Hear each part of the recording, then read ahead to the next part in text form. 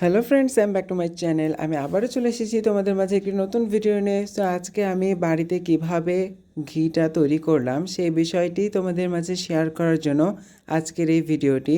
তো অনেক পরিশ্রমের পর আজকে আমি এই এতটুকু ঘি বানিয়েছি এবং এই বিষয়টি আমি তোমাদের মাঝে আজকে শেয়ার করব।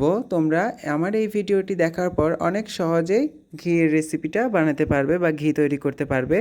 এই জন্য আমি সর্বপ্রথমে এখানে সর নিয়ে নিয়েছি এবং এটাকে সুন্দর করে ব্লেন্ডারে ব্লেন্ড করে নিয়েছি এবং কিছু ঠান্ডা পানির সাথে একটি বোতলে নিয়ে এটাকে সুন্দরভাবে ঝাঁকিয়ে নিয়েছি।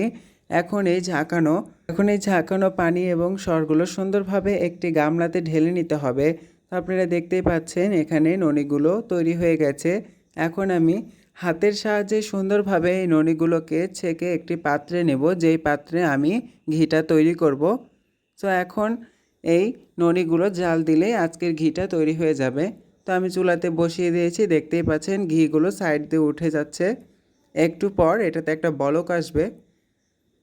বলকটার জন্য আমরা অপেক্ষা করব। বলক আসলে একদমই নাড়া যাবে না। যখন দেখবেন উপর দিয়ে তেল উঠে আসছে তখন আপনারা এটাকে আবার নাড়বেন। সো গাইস, দেখতেই পাচ্ছেন আমার ঘিটা তৈরি। এখন এটাকে ঠান্ডা করে একটি বয়মে ঢেলে নিলেই আজকের ঘিয়ের রেসিপিটা তৈরি।